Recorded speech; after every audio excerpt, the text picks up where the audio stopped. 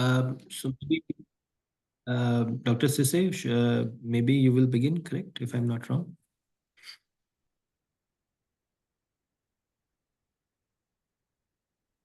Yes, Sanjay. Thank you so much. Good morning to you. Good morning. Over to you, Dr. Yes, Sise. yes. Good morning, everyone. So Shara, can you please go to the next slide that has the agenda so it's part of my. Thank you so much. So good morning, everyone, colleagues who have joined in the call.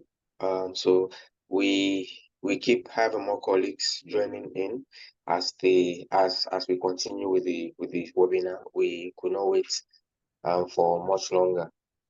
So as you are aware, in the past few weeks, I think 2 weeks, I have been sending round the flyer with the link to register for this webinar. So that's how most of you are fortunate to join the webinar that we're going to talk about today on strategic procurement. And later on in the webinar, we'll talk about the courses that BSkilled is providing, CPD accredited courses that BSkilled will be providing to members as part of our MOU that we had. So I want to use this opportunity to thank each and every one of you who have joined. And I believe for those that have joined are not only pharmacy professionals, because the link and the flyers were shared far and wide to also include other healthcare providers, including doctors, laboratory technicians, nurses, CHOs, as the case may be. So I hope and expect that we'll have also these cadres present in this webinar today, as they will also benefit, no doubt, from what we're going to go through here today, not only on the procurement aspect, but also on the courses that we'll be going to offer. So this webinar is conducted by PSSL and BSkilled Group. PSSL is a pharmacy professional group that organizes and arranges issues around pharmacy professionals that are registered and practicing in Sierra Leone. And BSkilled is an international organization that is accredited to provide CPD courses for professionals, not only pharmacists, but across the healthcare spectrum. And they are not only engaging in Sierra Leone, but also engaging in many other countries, especially in Africa. As part of the MOU that we signed with BSkilled, we have several components to it, the webinar component, and also providing CPD courses as well. So this is one of the components of the MOU, which is webinar that we're going to continue to provide to you. So on behalf of the President of the Pharmaceutical Society of Sierra Leone, Dr. Eugene Conte, and the entire executive, I would like to welcome each and every one of you for joining in this webinar, and also thank our BSkilled colleagues for the high intensity organization, a very short period of time to pull this through. So I mean, it's a very good thing. I'm happy that we're able to coordinate so well to be able to have this webinar today. So thank you so much, Sanjay, Shira, and Dr. Conte, Mr. Amar, who is also be joining us and providing some insight into the presentation. So as you can see in the projection, this is the agenda that we're going to go through. We want to make sure as much as possible we stick to time to go through the sessions quickly. In 1 hour, 30 minutes, we should be able to finish. But the presentation is going to be fast, but we're going to focus on the courses and what BSkilled and PSSL are going to offer to you all. Yeah. So with this, I want to hand it over again to Sanjay to take us through the introduction to strategic procurement. Over to you, Sanjay. Thank you so much, Dr. Sise, for the kind introduction, and also setting the context that this is part of the collaboration between PSSL and BSkilled. So I see some names, familiar names from the first cohort that we organized. So I welcome all of them and all the new names that I'm seeing, which is really great. So the objective today is to understand a bit more about strategic procurement as a function. So we will talk about some strategic procurement concepts and applications, and then we will organize a small discussion based on procurement in Sierra Leone. Unfortunately, we was supposed to have another presenter, Mr. Frederick Amara. He's a supply chain specialist, but for some reason, maybe some technology reason or something, he's still not able to join. So in his absence, I will also take his portions, and if he's able to join, then he will come and speak. But without further ado, so if you see, these were today's speakers. Dr. Sisay has already talked about it. So let us quickly jump into strategic procurement. Now, some of you or all of you, or maybe most of you have already you already know what procurement is. It is as simple as going to the supermarket and buying groceries, or going to your nearby pharmacy store and buying a pack of ibuprofen, for example. So in general terms, purchasing, procurement, they are kind of the same. However, when we talk about buying medical products in bulk, and that too for national programs, you all know what national programs are. So for example, they could be essential medicines like antibiotics. They could be program medicines like medicines for HIV/AIDS, TB, malaria, reproductive, maternal child health, or immunization.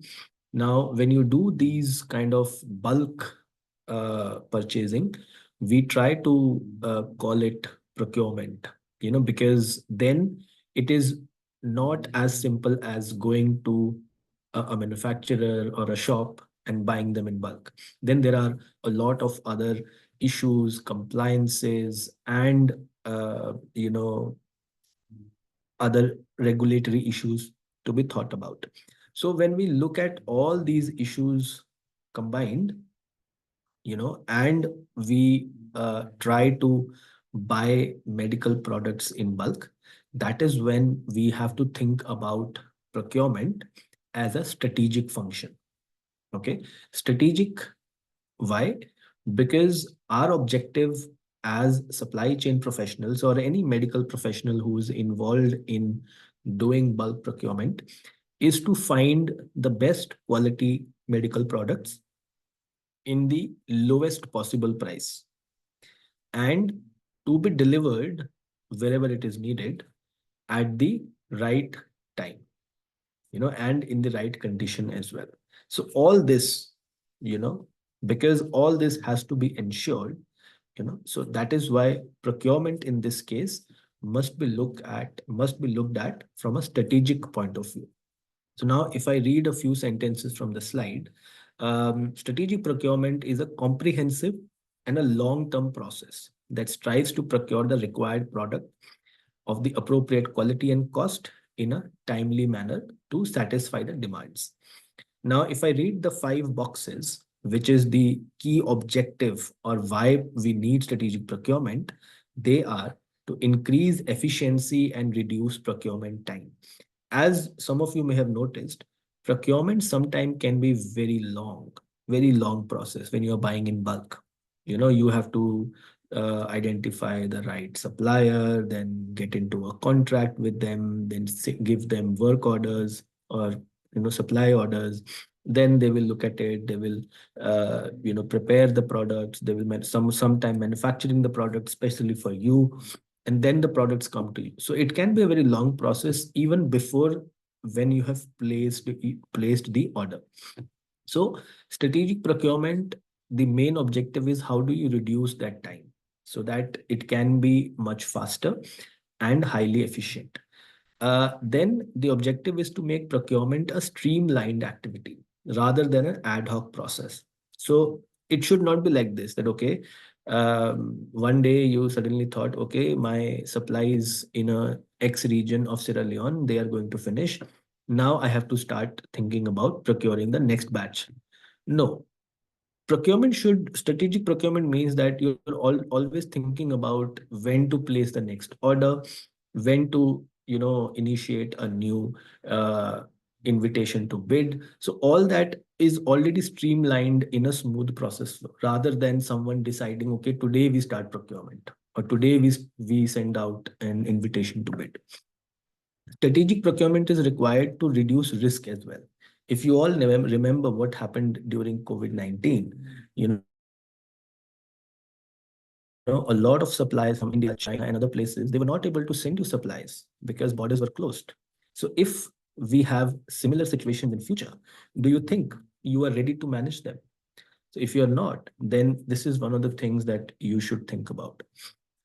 Improve quality, improve fairness, improve transparency. Quality is very important when we talk about medical products. And quality of products you cannot just ensure by ad hoc activities. You have to build quality into the process, which means finding the right manufacturers, finding the right conditions for the products, getting them from one location to the other in the right distribution or transportation method. So all that should also be thought when designing procurement processes. And then finally, delivering value for money. So as public programs, because if you are working in public sector or even in the private sector, if you're in a public sector environment, your objective would be, how can I buy more? Because our demand is always more. If I'm in a private sector, my objective should be, how can I buy in a way that will increase my profit? Okay, so that is what value for money is. In public sector, the value is for the patients. In private sector, the value is also for the patients, but also for the private sector entity. That how can I make more profit from this entire operation? And that's why you need to think about procurement as a strategic activity rather than a ad hoc activity. So as you see, this is what I was talking about. So these are some of the differences between ad hoc and strategic procurement. Ad hoc procurement is more like a purchasing, that you go and you buy something from a manufacturer, even in bulk. But that's not strategic procurement. Strategic procurement is more systematic, planned, where you know what your requirements are probably for 2 to 3 years. Then you have a pool of suppliers and you then systematically plan your purchases with them. Um, some other key elements here is to note is that when you do ad hoc procurement, you are not really establishing good relationship with your suppliers, and hence you may not get the best prices and the best quality. But if you employ strategic procurement, then over a period of time, you will see that you are able to get better prices, better quality, and better delivery times as well. Because then your supplier also works for you, because the supplier knows that you are a good client, because you have a right plan of action or a right strategy to procure those products. Okay. Now, you may also ask me, okay, this is all very good. We want to do strategic procurement, but how do we set this up? Because today you may have some process, existing process in your organization or in the sector. So you cannot just stop what is happening today and start thinking about strategic procurement. It has to be done in tandem. So while your current process is still in operation, you may start to think about strategic procurement, which you may implement, say, 1 to 2 years down the line, because you will need time to set this up. So there is a very systematic process to do it. First, you have to analyze where you are today. You need to understand your organization's capability, the overall environment, your demand, from where generally you buy medicines, medical products, what are those markets, what are the supply risks, all the information you have to gather. Then you have to make some strategic choices in terms of how you procure, in terms of certain methods that you use, and in terms of certain regulatory guidelines that you have.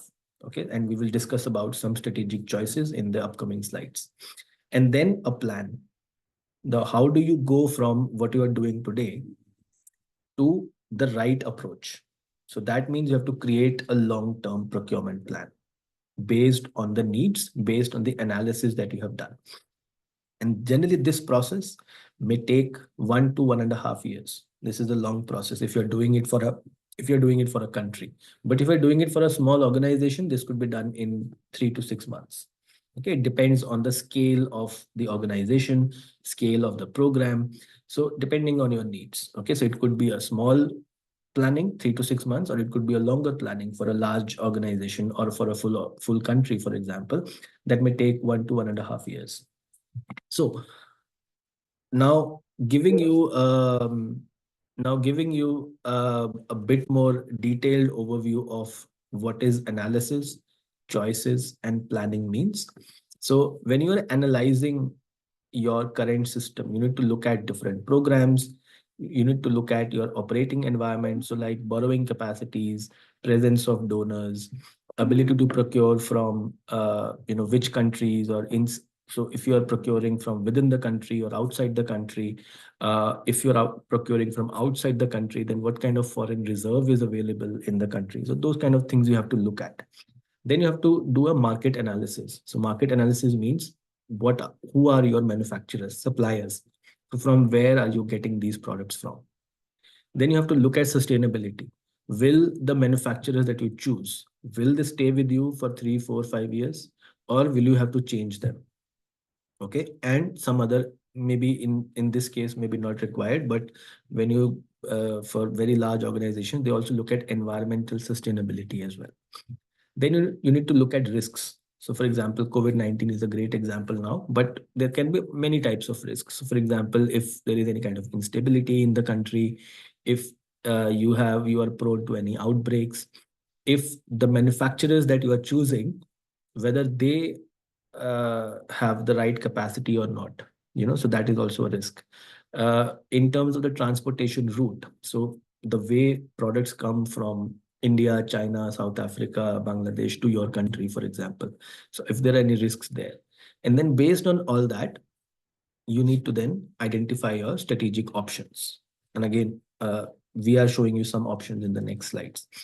And then once you have done all that, then you prepare your final strategy and plan where to decide your procurement methods. So whether you are sourcing locally, internationally, and how. Bidding procedures, how are you contracting them? You are contracting them for single orders, or are you contracting them for long periods with multiple orders? If you are giving any preferential pricing to local suppliers versus international suppliers, what kind of trade and international commercial terms, Incoterms, that you want to focus on? What kind of approaches or methods you are using to ensure quality of products, and so on and so forth. Okay, so all that will become part of your overall strategy and plan of action. Then okay, we will not be able to do a Q&A verbally. So up to this point, if you have any questions, please, you can type them in the chat, and then I will take some of those questions and respond to them. But I will move forward because otherwise we will not be able to cover this in time. But if you have any questions, please put them in the chat. And at the next Q&A, I will take some of those questions and respond verbally as well. Now, this portion was ideally supposed to be taken by Frederick. I don't see him, so I will carry on. Now, I talked about different strategic options. So if I go back. So I talked about different strategic, sorry, came back too much. I talked about different strategic choices or strategic options. Okay. Now, these strategic options can also be looked as best practices. So now on this slide, these 7 best practices that you are seeing, these can also be termed as your strategic options. Now let's understand how. So the first one is conducting market research to identify potential suppliers and understanding market trends. Now, this is a strategic choice in terms of the scope of the market research. Are you researching only national suppliers? You're researching regional suppliers, or you're researching international, beyond. So for example, you have to then go and research India, China, so whatever. So that is a strategic option. So how much you want to research. Then you also need to understand if you need any partnerships, depending on your core competencies. So again, this is a strategic option and strategic choice. Say for example, you or originally you use the Incoterm, where you are the one who organize transportation from the manufacturer's premises. Say for example, you use X Works or FOB, for example.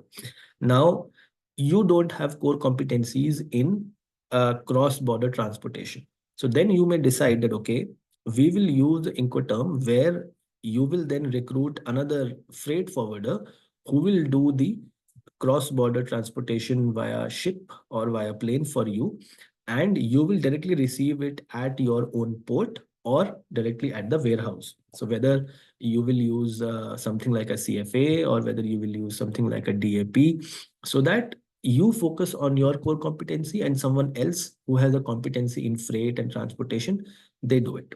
Okay. So again, this is a strategic option depending on what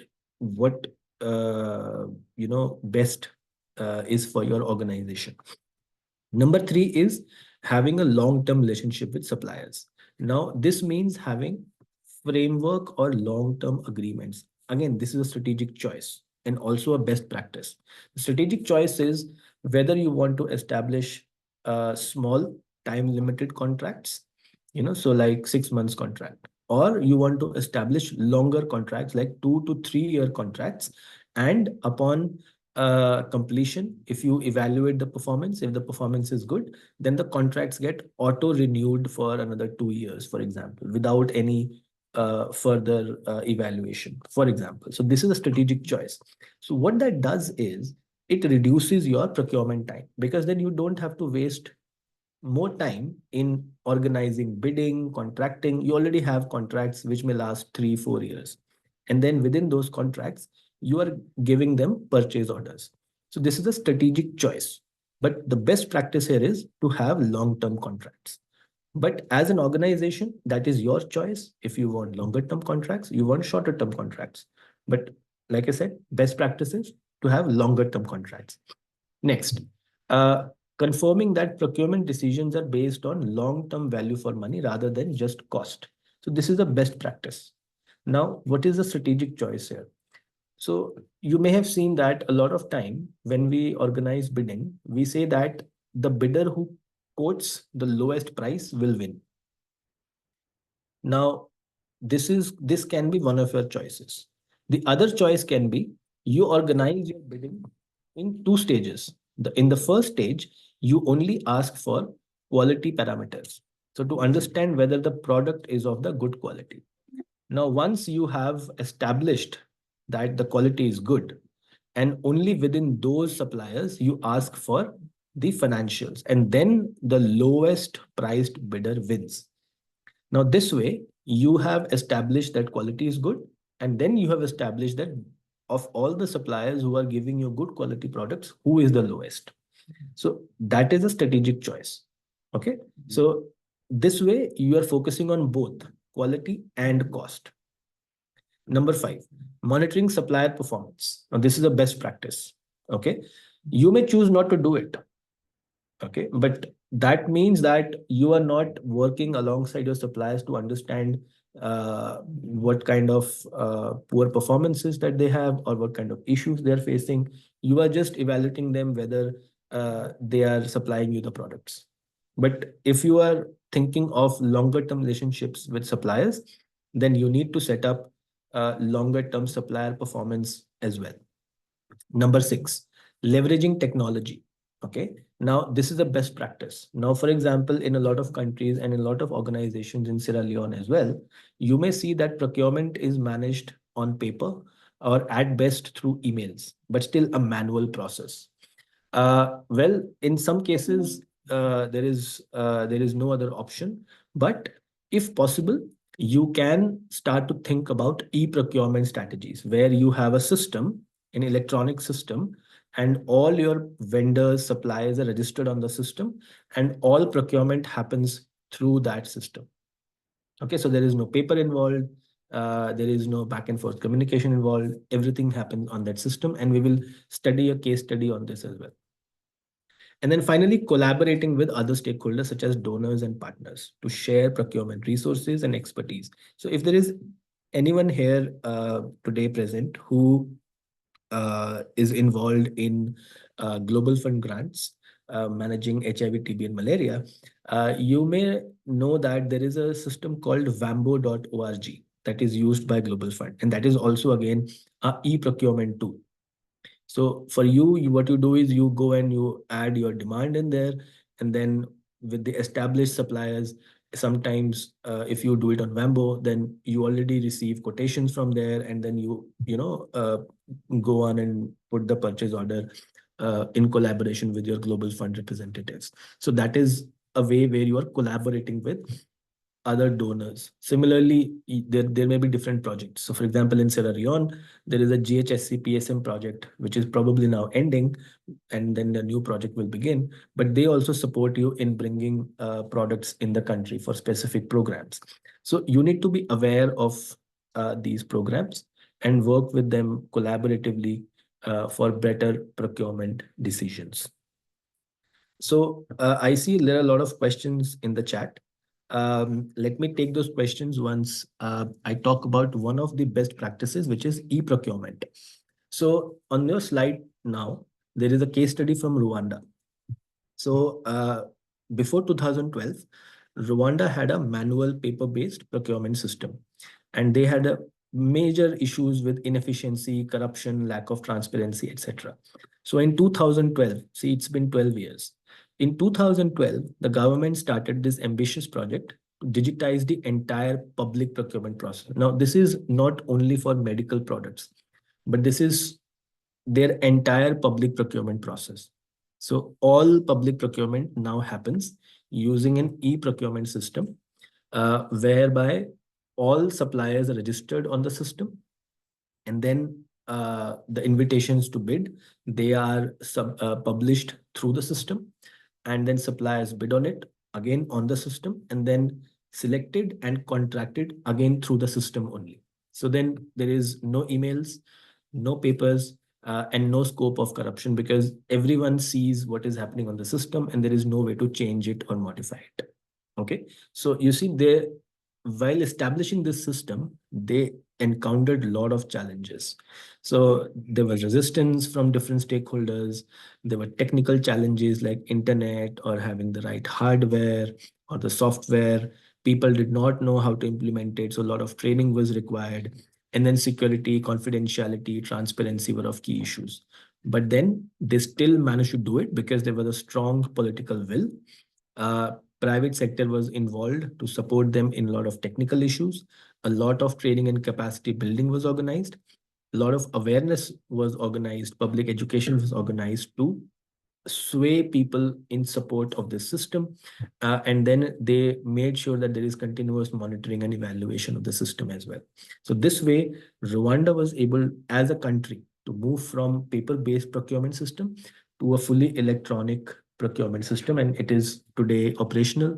And Rwanda is one of the very few countries in Africa where the entire public procurement is digitized. Okay, so again, if Rwanda can do it, Sierra Leone can also do it. And not just public procurement, but a lot of private sector organizations can also digitize their processes.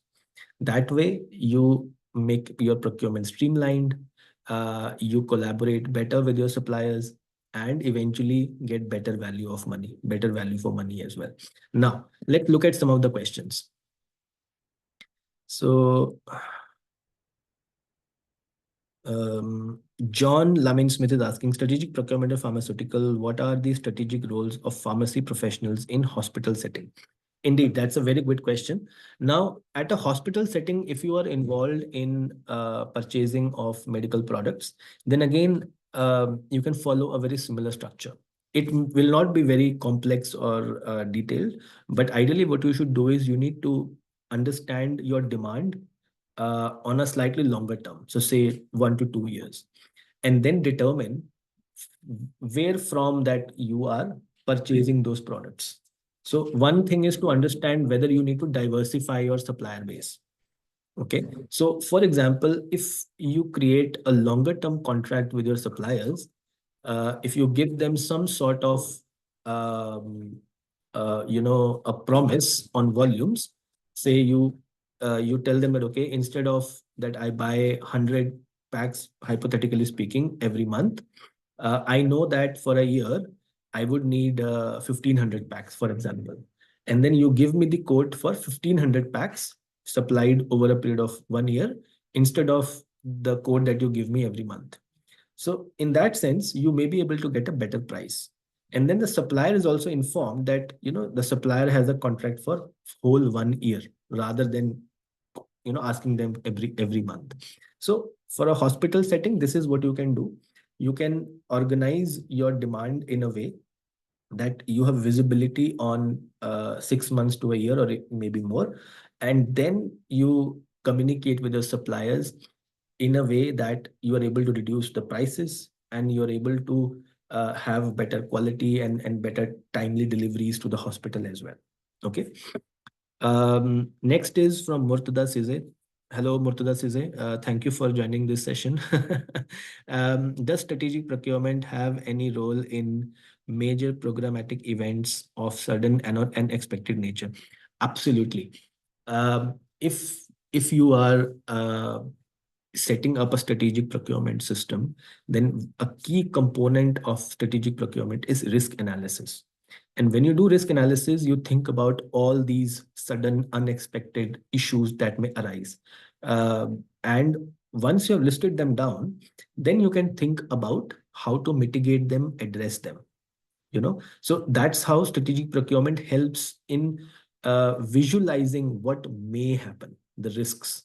If you're only doing procurement ad hoc, then you will not be able to account for these unexpected events or risks, because then you are thinking too short. To account for these issues, you have to think a bit longer, and only then you are able to understand those risks, address them, mitigate them, or accept them, for example. Slides will be shared. Absolutely. How can government of Sierra Leone, okay, this is from Abu Bakr Kamara. How can government of Sierra Leone and private sectors in Sierra Leone implement effective procurement strategies to balance transparency? The best way is to, first of all, the key leaders in the countries, for example, not Salama, sorry, NMS. Sorry, I'm currently working in 3 different countries, so sometimes I may confuse the procurement agency in different countries. So, sorry. So NMSA in Sierra Leone, the Directorate of Pharmaceutical Services, DPS in Sierra Leone, which is part of Ministry of Health, they, along with, say, PSSL or any other associations who are in the similar field, they can organize buyer supplier conference. First of all, national. So invite all the national suppliers, suppliers who are maybe manufacturing locally. I don't think there are many, but also suppliers who are distributors who import products from private organizations from outside the country, and then they sell to private sector and also to the public sector as well. So organize a national buyer supplier conference first, and then understand their issues and also tell them your strategies. Then organize an international buyer supplier conference, and these things happen. So last year a similar thing happened in Ethiopia.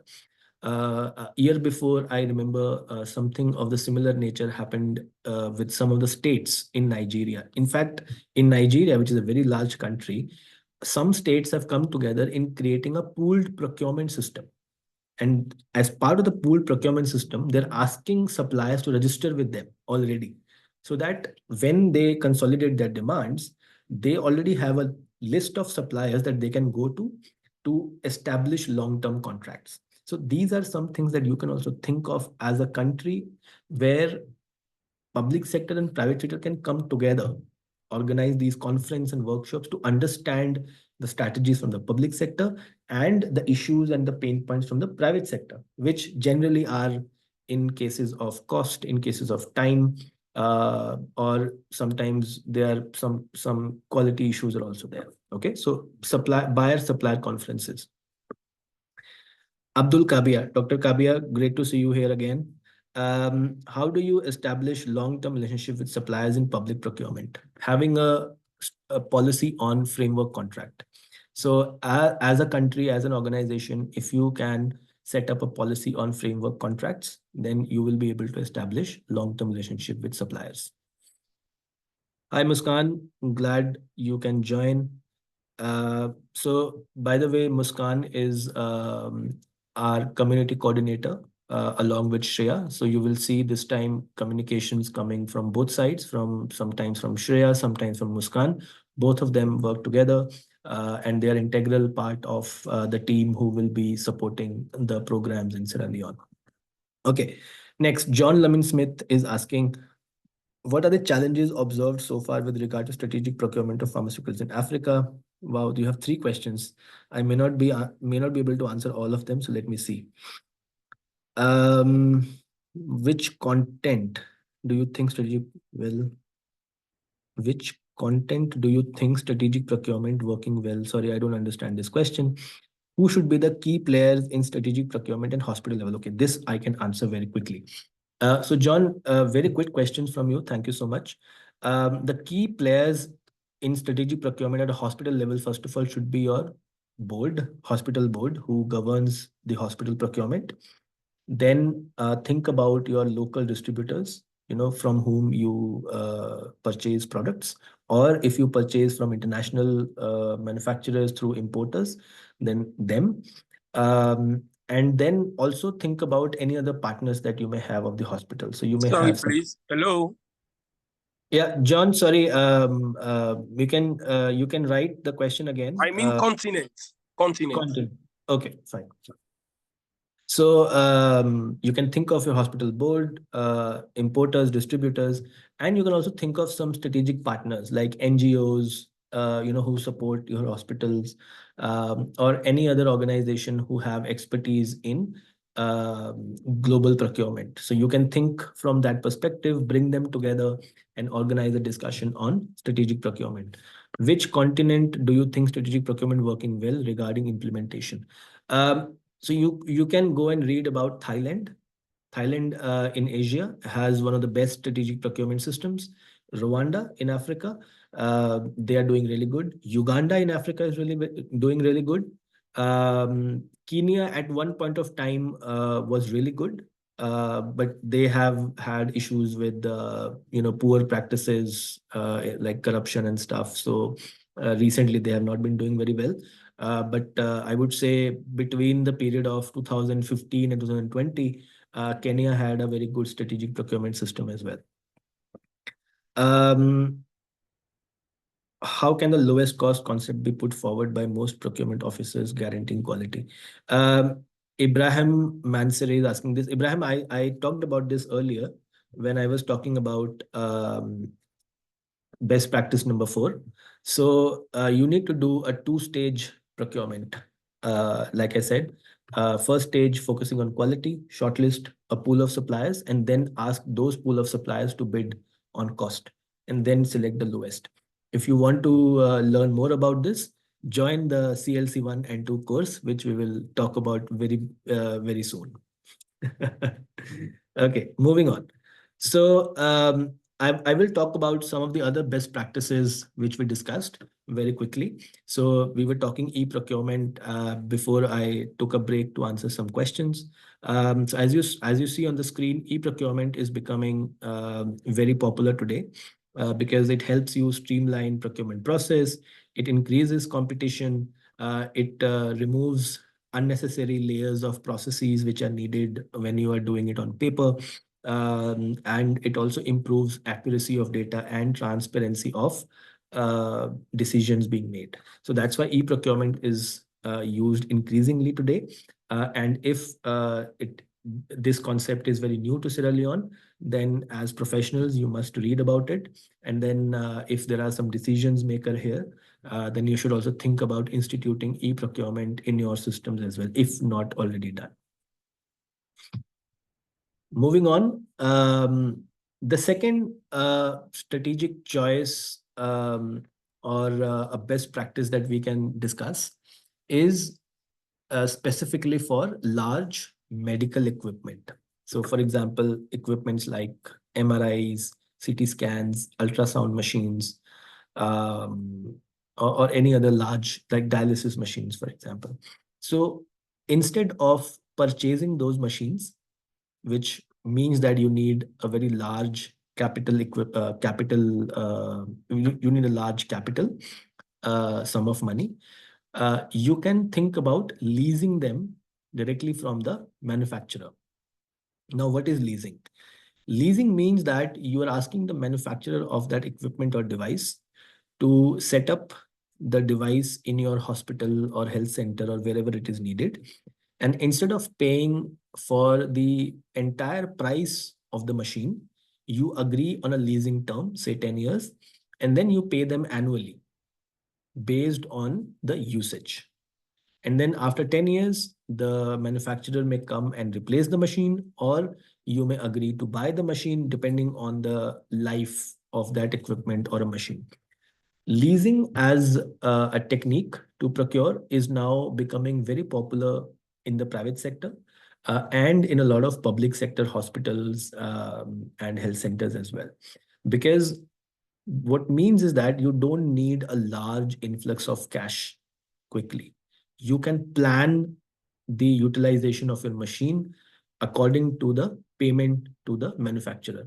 Then other advantage of leasing is that you generally, when you establish a leasing agreement with a manufacturer, they also give you maintenance and repair within the leasing agreement. Generally, I mean, if you're really good in negotiation, then ideally you should negotiate to have these as part of leasing.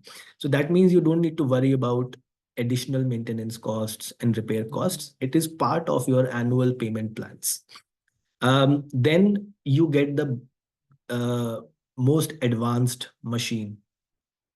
Okay, so you don't need to buy an older one because you have less money. The manufacturer will give you the current machine, the best one available. And you don't need to worry about disposal of the equipment once its lifespan is over. So say a machine has a 10 years of lifespan. If you buy it, then what happens once the machine completes its 10 years of lifespan? Where do you send the machine to if you don't have any agreement set up with someone already? So in case of leasing, what happens after that lifespan is finished, the manufacturer may take it back and give you a new one, or the manufacturer may take it back and dispose it off, and then you negotiate on a new agreement, whatever it is. So that way, leasing can be really beneficial. And instead of buying it, you can think about leasing it. Okay. The other issue when buying equipment is that a lot of organizations don't think about the total lifetime cost. So in these kind of equipment, it is very important because that equipment will be used for a very long period of time. So when you are buying an equipment, your budgeting should be for the entire lifespan. Now, if you don't have that kind of budget, then leasing is again a better alternative because you may still end up spending more or less in the same range, but you don't have to spend that at once. You can then stagger that payment over a period of 10 years or whatever that is. And you can also negotiate to pay as per usage, not pay just because the machine is sitting in your facility. Yes, the manufacturer may charge some sort of a standing fee as well, but majority of the fee may be as per usage. Okay, so those kind of things are all negotiable, and then that's how leasing becomes a very favorable a favorable option, as compared to buying. However, there are some challenges as well to leasing.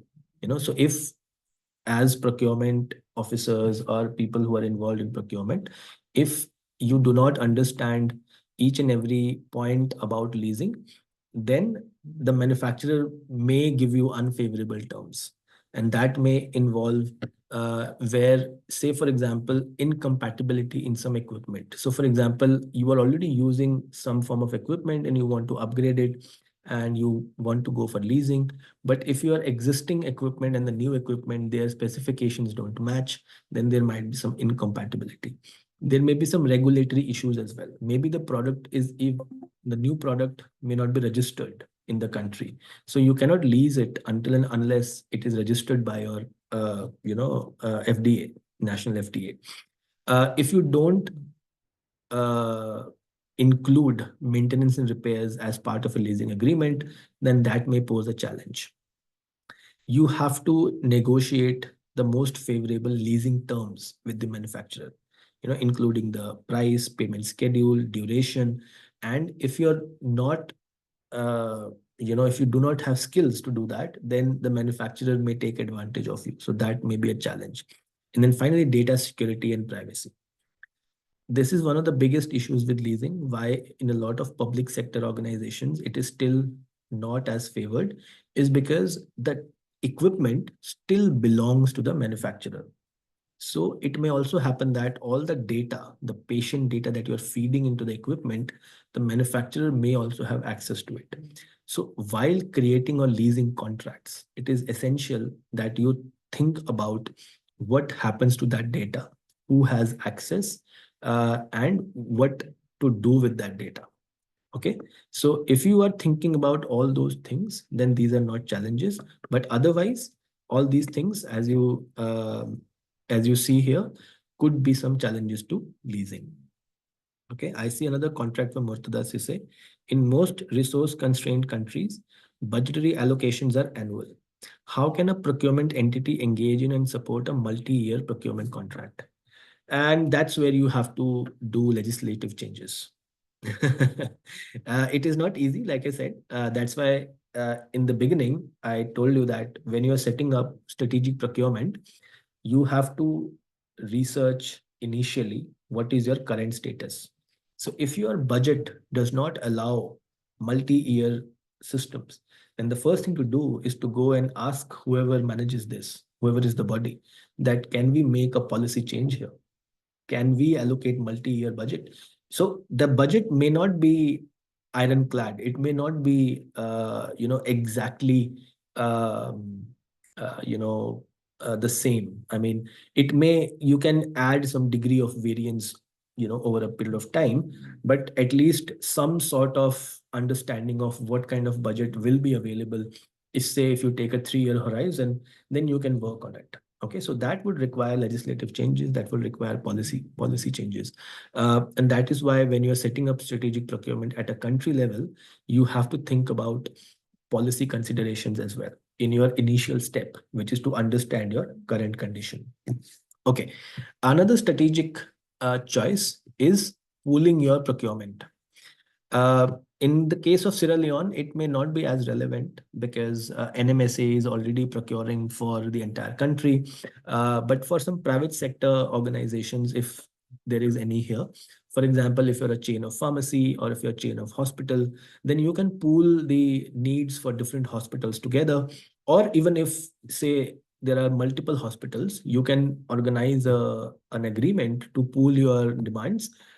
And hence, once you pool your demand, you have better buying power, better negotiation power, and hence you can get better prices, lower prices, and better quality as well. And that is the best use case of pooled procurement, where you pool in your requirement and then you go to a supplier. So alone, you may need only 100, but if you pool in other people together, then you may need 1,000. So if you're going to buy 1,000, you may get better price compared to when you're going to buy 100. Correct. Now, there are different, advantages of pool procurement and different challenges of pool procurement as well. The advantages are written on your slide, but I would like to ask you, what do you think are some disadvantages or challenges of pool procurement? You can write in the chat while I'm talking about the advantages. So the most clear advantage is cost saving. You buy in bulk, you save money because your cost per unit is reduced.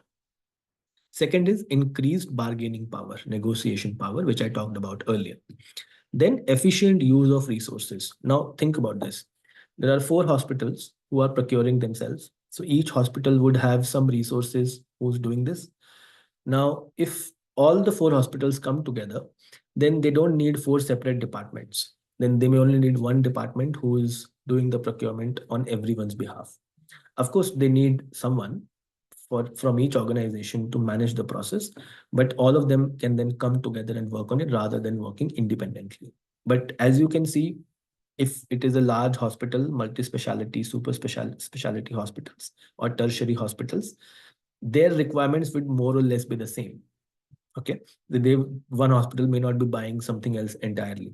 Okay, more or less demands will be same. Improved quality. Again, when you have better bargaining power, better negotiation power, you can ask for better quality as well. Reduced risks. So because now you're buying together, you diffuse those risks across different organizations. If you're buying alone, then the risk is only yours. So hence the risk can be reduced slightly when you're buying together. It promotes collaboration as well. And hence, of course, if you're buying together, there is a possibility of collaborating with different institutions and then buying those products. I see some responses already. Alucine is saying challenges include willpower, funding, corruption. Absolutely. One organization may try to overpower the other. People may not have the willpower to collaborate. There may be some confidentiality issues. Supplier management can be a challenge. Yes, absolutely, it can be a challenge. And it also means that people should need adequate skills to manage such a system. If you don't even know how to manage a pool procurement system, then you will never be able to establish it. So the first thing is to have people know what pool procurement is, how to establish it, how to manage it. Only then you will be able to execute it. If you want to learn more about pool procurement, I would urge you to go and read how Ecumenical Pharmaceutical Network in Kenya, EPN, they are doing it in East Africa for some faith-based institutions. So EPN, MEDS, JMS in Uganda, and there are a couple of other organizations. They have come together to pool the requirements of various faith-based procurers in the region. And then they purchase the medicines directly from the secretariat of EPN. Mohammed Ila is talking about coordination issues. That's exactly right. There can be some coordination issues when multiple organizations are involved. So as you see, this is another strategic choice. Strategic choice is whether you want to procure by yourself alone, or you want to look for some similar entities whereby all of you can combine resources, combine your demand, and then go for procurement. So each choice has pros and cons. But as a best practice, I would say pool procurement is always a bit more successful if done right. Okay. Yeah, Major Ibrahim is saying variation of the original contract may be expensive and daunting. Yes, initially, the first time when you do it, it might pose a challenge. But over a period of time, pool procurement will always result in better terms. Yeah. Mohammed Ali is saying complex contract management. Not really true. If the people are skilled, then they will be able to create simpler contracts as well. But yes, if you can say this is a challenge if people are not skilled enough to create simpler contracts. And also that may be linked to national legislations, regulatory compliance, so on and so forth. So again, at a national level, if you want to do something like this, you must have policy or legislation working for you. If those things are not set up to enable this type of pool procurement systems, then it may not be recommended. Okay. Now, I've already answered your questions which you had put in. So the next thing that we want to do, we have, okay, John has sent a list of challenges. Thank you, John. I ask everyone to read them. But let us quickly go to this topic. We have about 10 minutes. What I want to do is one by one, you can raise your hands and I will call someone to speak. Do not take more than 1 minute. But if you can talk about some of the procurement challenges, and I will write them on the chat so that eventually everyone gets to see them. And then we can take a couple of challenges and try to see how they can be addressed. Okay, this is think of it as a theoretical exercise. Okay, not everything you will be able to change dramatically today, but at least I want you to think what are the challenges today, and then we will discuss how to address them.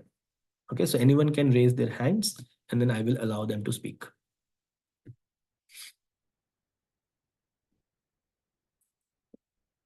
I see we have reached a great number of 50 today.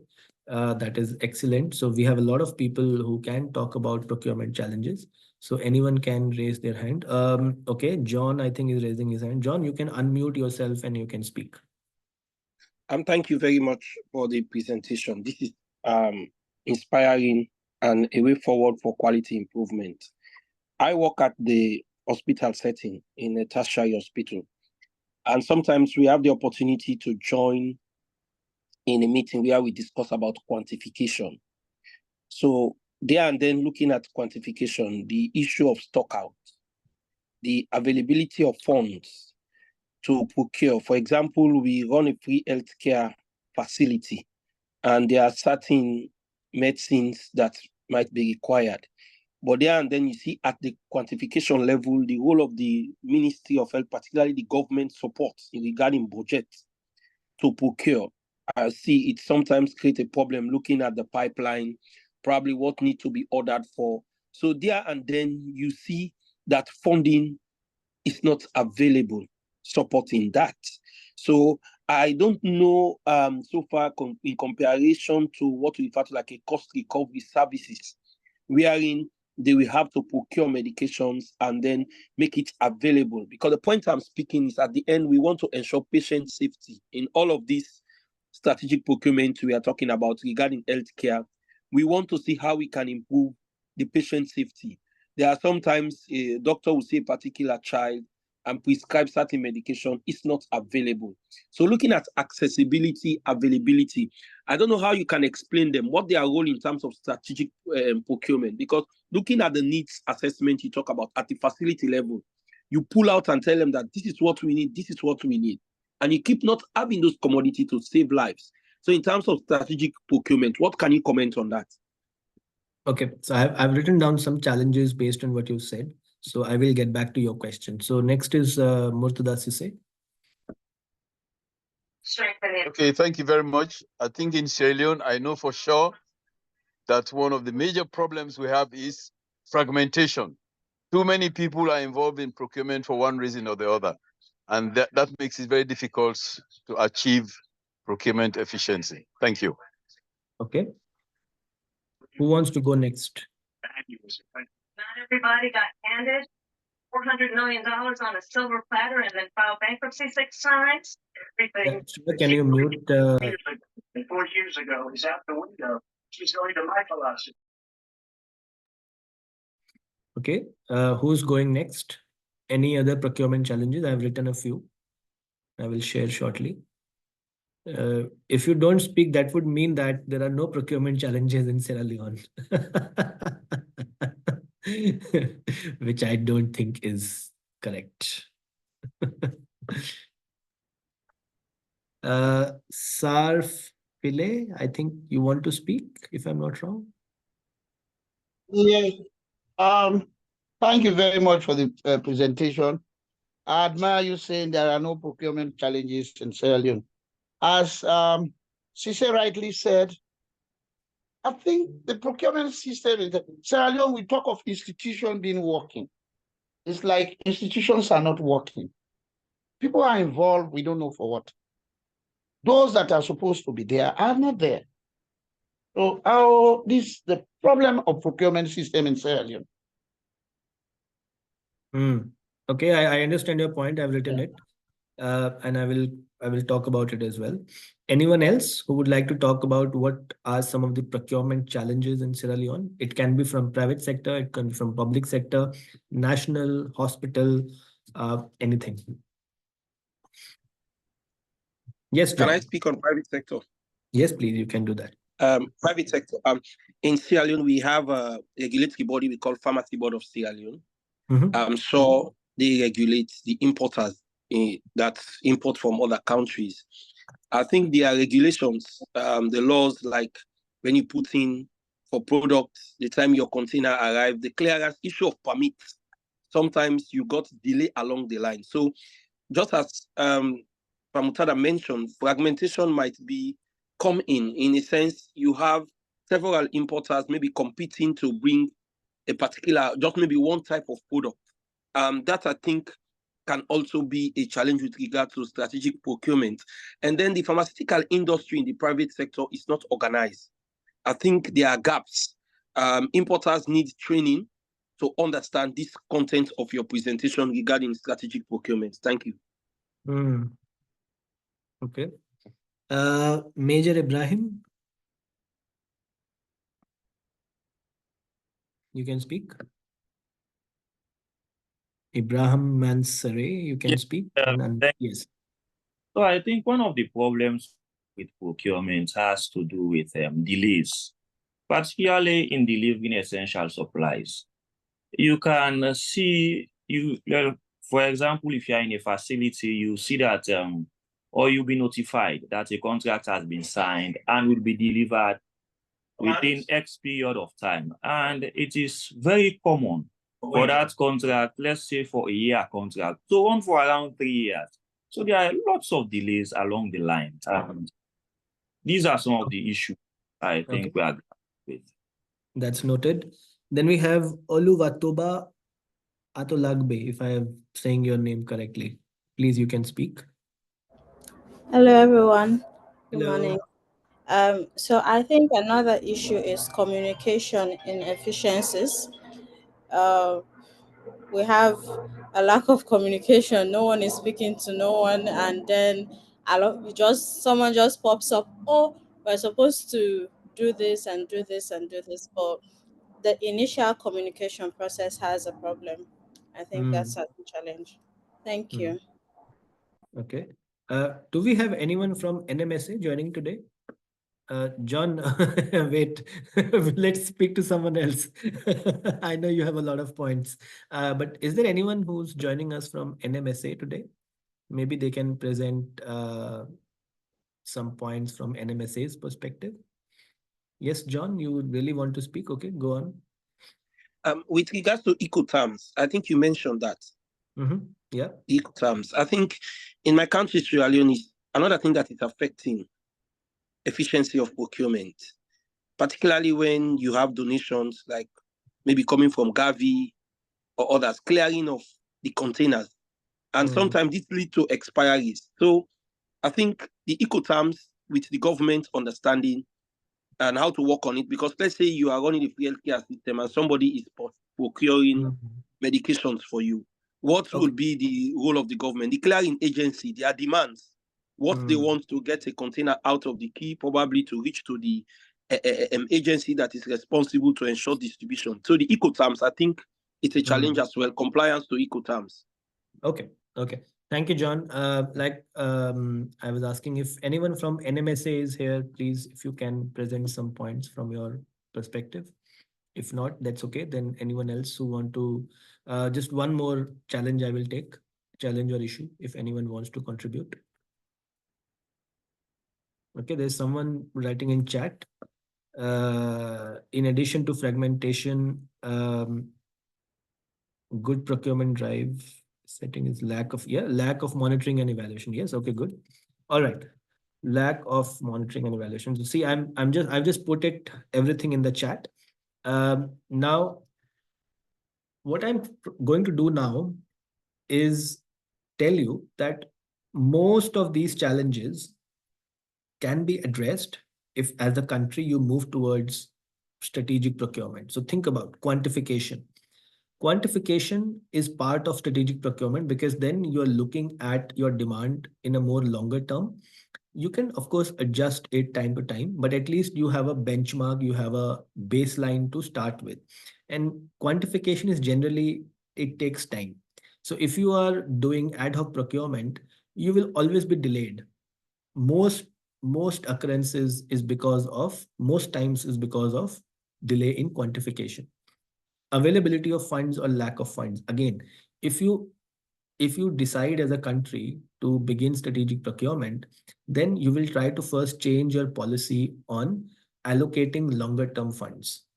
I mean, at least on paper. If even if the funds are not available at that particular day, at least say that, okay, with X degree of confidence, say 90% confidence that this much of funds will be available next year, so that you can do a bit more longer term planning. Prescribed medication not available.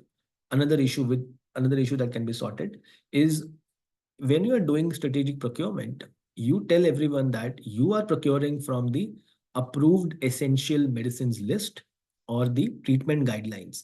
So all public sector doctor and even private sector doctor must have to prescribe based on the products written in the essential medicines list. And that way, if you procure those, they will always be available. Then fragmentation, too many programs, people involved. Again, if you do strategic procurement, then you already know which organizations to involve. And then there is no fragmentation. And then in that sense, you can also organize training, capacity building of those people, uh, give them better job descriptions so that everyone knows what their role is. Again, if you're doing strategic procurement, you already know what the regulations are in terms of regulatory considerations, and then you plan according to that. So as you can see, all of it eventually links back to instituting strategic procurement. Lack of monitoring and evaluation, having better Incoterms, having a better understanding of different agencies, who's doing clearing, who's doing forwarding, customs, everything. So if you do strategic procurement, all this you can plan in advance, communicate to everyone so that everyone knows what their role is. But you have to think of procurement as a strategic long-term activity rather than a short-term ad hoc activity. And that is the crux of it. And that's why I wanted to do this exercise. Um, all these issues that you are talking about today, most of them can be done without any legislative or policy changes. Some of them, yes, they would need some policy or legislative changes in the country. But all of you are professionals. Some of you may be part of decision making and may advocate for these changes. So now it is up to you. How do you go and advocate for this kind of system in the country? If a lot of you talk together collectively, I'm sure you will be able to make a change in the upcoming years. But you have to start at some point, and then you can take support from different partners, donors to advocate in the same line. Okay. Now, this was the end of today's strategic procurement session. But in the next 15 minutes, what we will like to show you and share with you is that you can learn more. Not just this, but you can learn more and get yourself capacitated in broader supply chain issues, which eventually affects procurement as well. If you join the upcoming cohorts of health supply chain CLC 1 and 2, jointly organized by the Pharmaceutical Society of Sierra Leone and B-Skilled. So as you see on this slide, this program has been organized across Africa. And in fact, one cohort has already happened in Sierra Leone. A lot of the cohort 1 participants are here today with us. The program focuses on supply chain governance, understanding of health systems, core supply chain functions, quantification, procurement, warehousing, distribution, and enabling functions as well: finance, data management, quality of products, risk management, human resources. Each program costs 3,000 Leones, but there are different discounts available, which I will showcase in the next slide. Each program is of 6 weeks. So 6 weeks first program, then we take a break because this is the New Year holidays. Then the next program begins in the early next year from January, mid-January. So 6 weeks and then 6 weeks, 2 programs. These programs are completed by more than 550 professionals in Africa alone. This program is for pharmacists, technicians, supply chain professionals, other health professionals such as nurses, engineers, and anyone else who is involved in health supply chains. The program has got various accreditations globally and nationally recognized by the PSSL.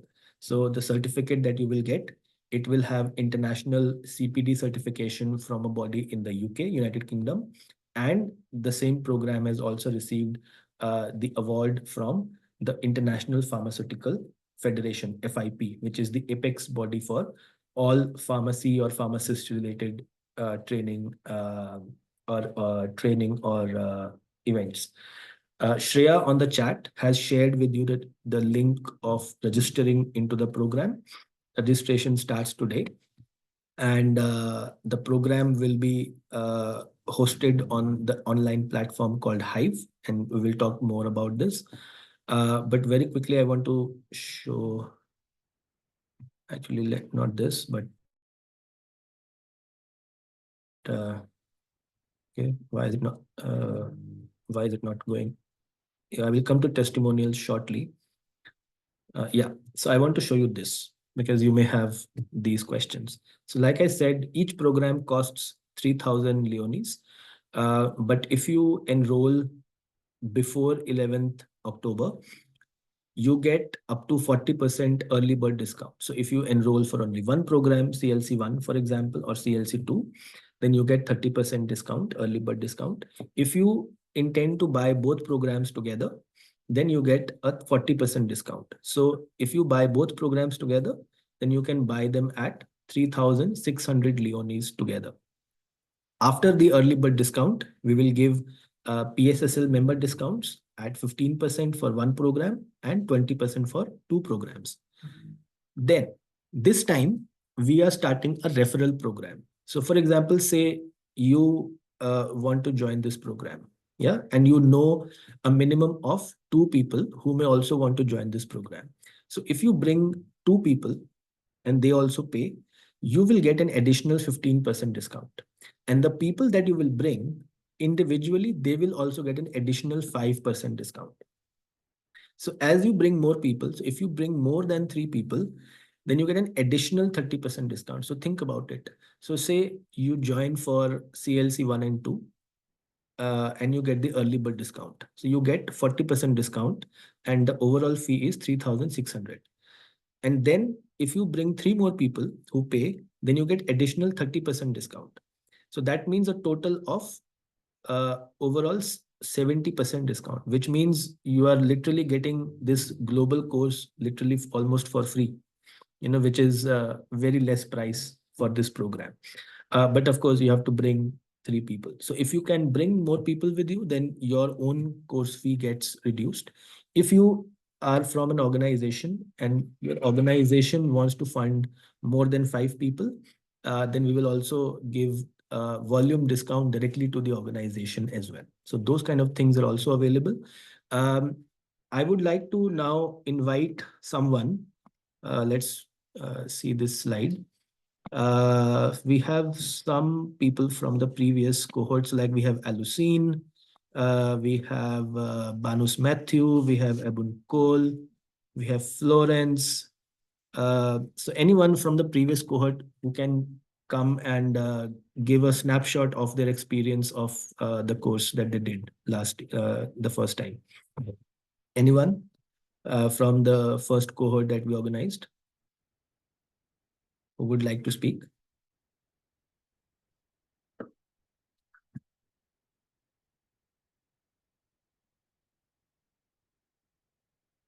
No one. People are shy.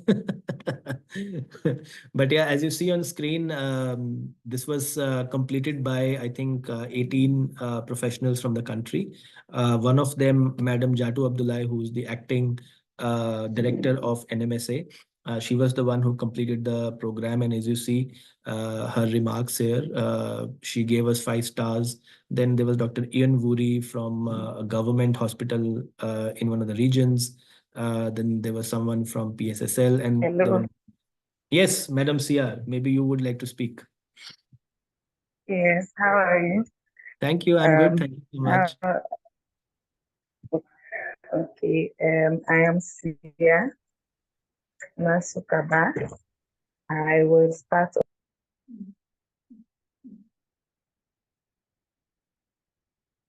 Madam, you got muted. Can you unmute yourself?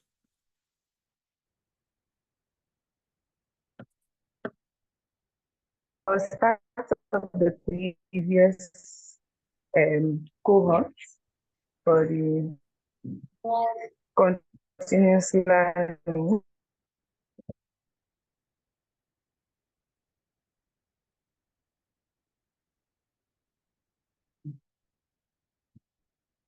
It seems there is a technical issue.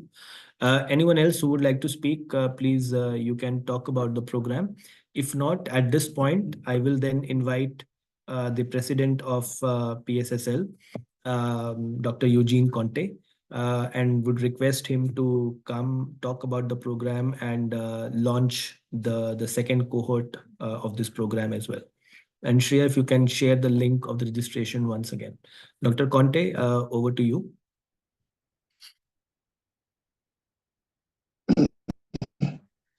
Good morning again, everyone. Thanks, Joseph, for a very good presentation. I'm happy for the number of people who came on, particularly the former president, Musa Sese, and John Smith was around. I'm very happy that a lot of people came showing the interest. And at this point in time, I want to assure all members that this is a very good program. It's part of our CPD. And next year, license. Although I want to officially use the program, registration starts today.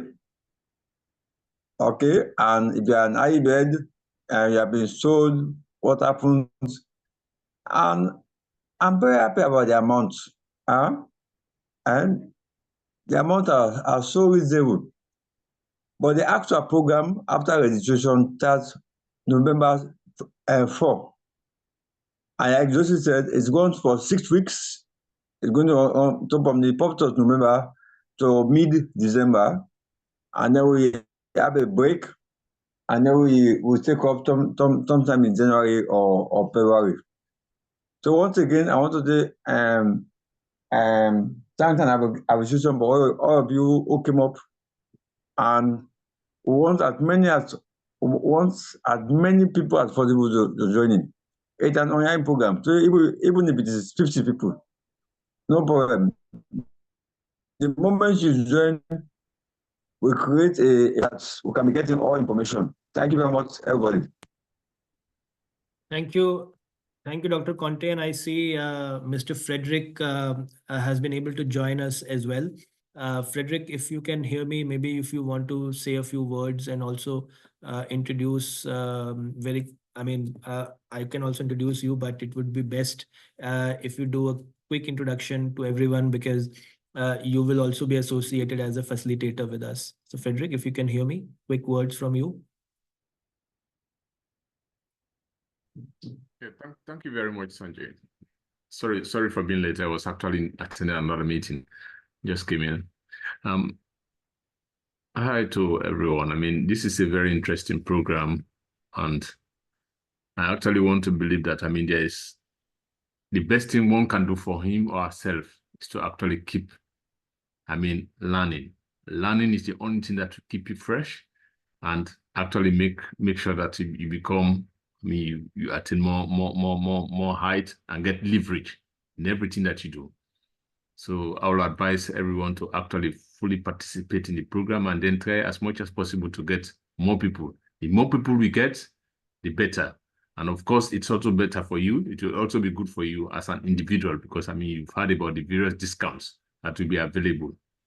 But rest assured that, I mean, this is a very good program, and definitely you will not regret attending the program.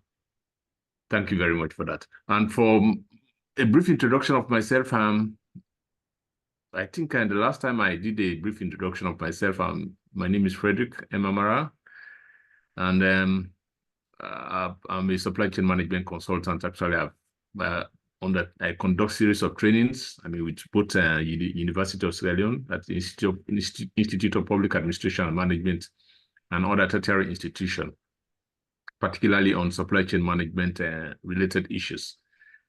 And for my academics, I have over 18 years working experience, actually, I mean, both in the public and private sectors. I've worked in various institutions like the Global Fund, the World Bank Project, Millennium Challenge Corporation, USAID, European Union, etc., etc.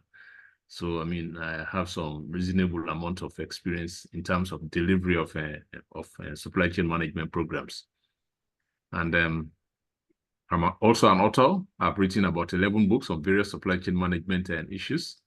2 of the books are currently used by various universities, such as FBC, IPAM, UNIMAC, MMTU, ETU, etc. So basically, that's me. Of course, and for my academic background, I have double master's degrees, including a master's in logistics and supply chain, and also a certified health supply chain specialist, and also a certified international supply chain manager. So basically, I think that's all about. Yep. Thank you so much, Frederick. And we are delighted that you will be associated with us throughout this program, and you will share your years and years, decades of knowledge and expertise with everyone who will participate. If anyone from the previous cohort would like to speak, this is the last opportunity.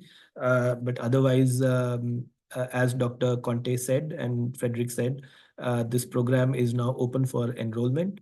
There are different discounts that you can avail. And this time we are launching the referral program for the first time in Sierra Leone. So take use of that, make use of that, and you can reduce your own course fee substantially if you bring your friends and colleagues, and even they will get additional discounts as you saw on the screen. Every information is available in the link shared on chat. And also you will be shared the recording and the slides through email, and all those information will be there as well. So with that, I thank everyone for joining today. It was a great session. We had a lot of interactions, and similar sessions are organized throughout the course where we invite participants for their views. We ask them to discuss opportunities, challenges, and this entire program is created specifically keeping in mind the context of Sierra Leone.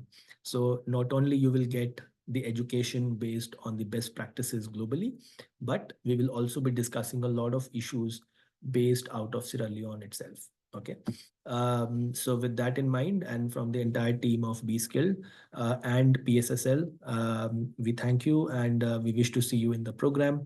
And I will also like to thank Frederick, Dr. Conte, and Dr. Sisse for their continued support. Bye, everyone. This is Sanjay Saha signing out today. Thank you. Bye. Thank you, everybody.